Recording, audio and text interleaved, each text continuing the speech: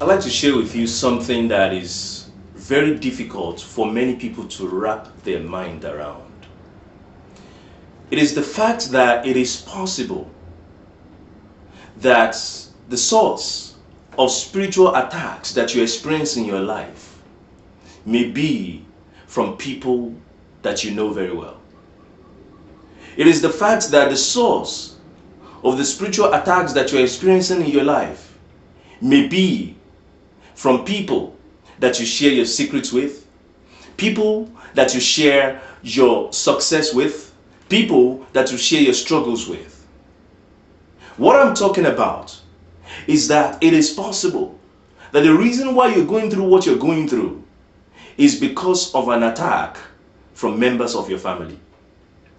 I know it's difficult for many people to believe that their mother can be the reason why they're going through hardship in life, that their father could be the reason why they are having bad dreams, that their child could be the one causing them to have financial difficulties, that it is possible that an uncle or siblings may be the reason why things have been difficult for them in life.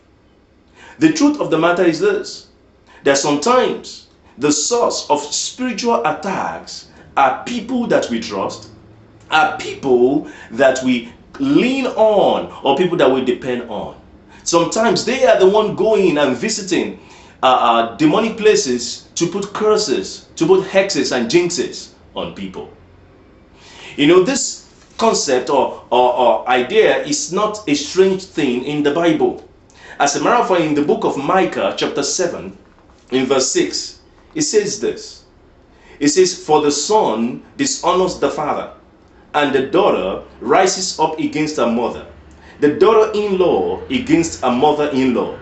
A man's enemies are the men of his own house." A man's enemies are the men of his own house. Sometimes your enemy are the people that you smile with on a daily basis. Sometimes your enemies are the ones that you sleep in the same room, sleep on the same bed with. Sometimes your enemies are the ones that you are in the same house with. Sometimes your enemies are the one that you go to and tell them to pray for you. They may be the one behind your problem. Now, this concept is not even strange to Jesus, because Jesus addressed it in the book of Matthew chapter 10 and verse 36. Jesus talked about it. He says, "A man's foes shall be they of his own household." So you have it. A man's foe shall be they of his own household. Very, very possible. And you know, because of this, because of the fact that these are people who are close to you, who have access to you, has access to things that belongs to you, it makes it very easy for them to be able to steal, to be able to kill, and to be able to destroy. But as we talk about household wickedness or household enemies, I don't want you to limit household to mean only people from your family alone. Sometimes household could refer to church members. People that you go to the same church with may actually be working voodoo against you.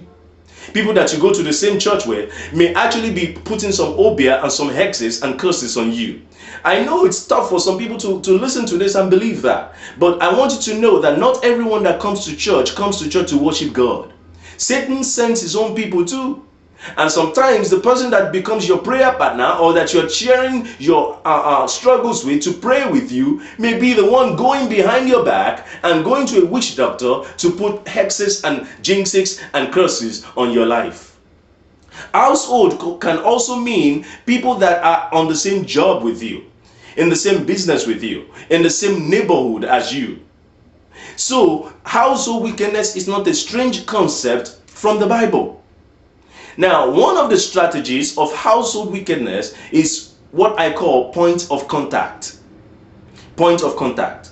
What they look to do is to take anything that belongs to you, and they use that as a point of contact to do evil against you. Now, examples of point of contact would be like your nail clipping, your hair, your underwear, your clothes, your pen, your pencil, your book, your picture. These are examples of things that people use to do harm against people. People even go to the point of looking for things like your menstrual pad, things very personal to you. And they look for these things to do harm to you. What they usually do is they'll take any of these things and take them to some witch doctor or to some Obia man, to some voodoo man, or to some Santeria or Juju man, and they say, do something for me. Help me put a curse on this person. So they do their rituals with the use of this point of contact that they have in their possession, and they do rituals to it and put a curse, put an X, put certain blockages, put certain sicknesses, put certain evil things on the life of the person they want to hurt or harm. Because of this, it is then very necessary that when you know you are in an hostile environment, that you be careful. Be very careful. When you know that you are in an environment where you are not loved, when you know that you are in an environment people don't like you, you need to be very watchful. Don't be careless. I heard of a story of a woman who took a group picture at work during the Christmas party at work. They took a group picture and she put her own picture on her desk. Somebody who didn't like her, somebody who wanted to do harm against her, went to her desk and grabbed that, and cut out her own part of the picture, cut out her own face out of the group picture. So she came the next day and saw the group picture on the desk, but her own face was missing. Yeah, the jealous person, the person that wanted to do her harm, has taken that picture, their own face, to go and do evil with it. Be very careful when you know you are in an hostile environment. Now, another thing or another point I want to make through this is this, that you need to be led by the Spirit of God in all that you do. You see, just because they're your family members does not mean that you have to share things with them, especially if you don't know who they are. So what do you do then? Well, very simple. Ask God. Let God lead you a lot. When God leads you, you'll be surprised that when you're about to call your mom to share about this good news of the exam that you just passed, or this good news of the interview that you just got, that God may give you a check in your spirit and say, don't call. And you may be like, but that's my mom. I need to share the success. I'm very happy. I'm very excited. And then the Spirit of God may say, don't call. You see, when you are led by the Spirit of God, you'll be saved from all kinds of trouble. The people that you are trusting, the people that you think have your best interest at heart, sometimes are the one that goes behind your back and are doing evil against you. This is not supposed to turn you into some suspicious person that you start to suspect everyone around you. That's not the goal. But be aware that this is real, and therefore pray about everything you do so that God will lead you. Don't just assume because you sleep in the same bed that they have your best interest at heart, that you are in the same business, or that you are business partners that they have your interest at heart. Don't just assume that because you're in the same church that they have your best interest at heart. Don't just assume that because they smile with you that they are really actually happy with you. They may not be. So be led by the Spirit of God. Watch out not to allow people to have access to things that belong to you. Who do you allow into your space? Who do you allow, for example, into your bedroom? Do you know them? What kind of spirits do they have? Do they love God? Are they really worshiping God?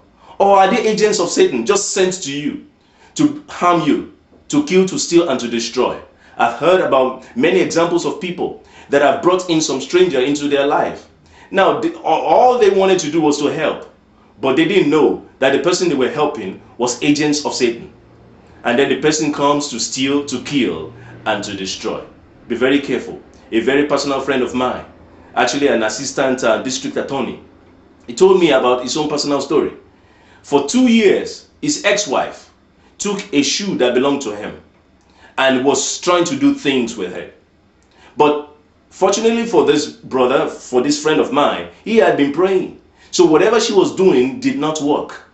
But that woman's mother was a witch, and she turned her own husband into a dummy. The husband just walk around as if he has no mind and he has no brain. She did it. And the daughter wanted to do the same thing to my friend. Be very careful. Sometimes the people that you thought loves you don't. They are jealous of you. They are jealous of your success. and they're doing something. And sometimes, of course, you ask the question, but why would this person try to hurt me? Why? For all the good things I've done for them, I've been nice